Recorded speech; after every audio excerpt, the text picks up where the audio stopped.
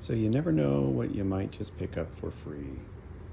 Recently saw this on a local marketplace and inquired of the seller, who was asking $375 for it, if it had the power supply and power supply umbilical that would plug in there. And they had inherited this stuff, knew nothing about it, said there was nothing like that around, and could I help them out and come and just pick it up and take it off their hands. This is a 24 channel 8 bus mixing console, mid 80s ish, made by a company called Biamp, based in Oregon. This is the 2428, denoting 24 channels, and stereo, 8 bus. I happen to have an 824, which would be 8 channel stereo bus and 4 summing buses. So I thought, well, I'll pick that up for free because it's good for parts. And it's kind of a neat console. 2 effects buses, switchable, pre-post, 3-band EQ, high-low shelving, swept mid-band, and then there's a stereo monitor bus with inline monitoring capability. Of course, you've got your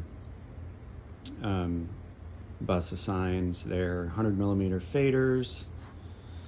That's kind of the high-level view. It's kind of neat because there is some global mode switching along with individual channel switching of the source for the monitor bus. So it's pretty well suited for recording and for live work.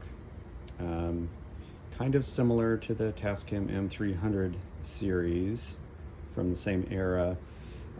Big difference with the Biamp is that it actually has plus minus 18 volt power rails for the audio, which provides higher headroom than the garden variety 15 plus minus 15 volt. But also all of the channel cards are thick glass fiber PCB material. It's actually a pretty robustly built console and is based around the 5532 op amp. So that's kind of high level view of it. So I thought, I'll pick that up. And a good source for parts or odd project later, maybe. I'm not interested in trying to find the power supply for it, which is the model of the power supply is a 802428, and hen's teeth and having to make the cable. It's just not worth the effort. But then the guy says, I've got this keyboard, and I mean, are you interested in it? I just give it to you. And I saw Yamaha and I was picturing, something not too spectacular. So we flop it down and open it up, and we have a Roland Juno analog synth, mid 80s. I don't know if it works. It looks like somebody threw up all over it.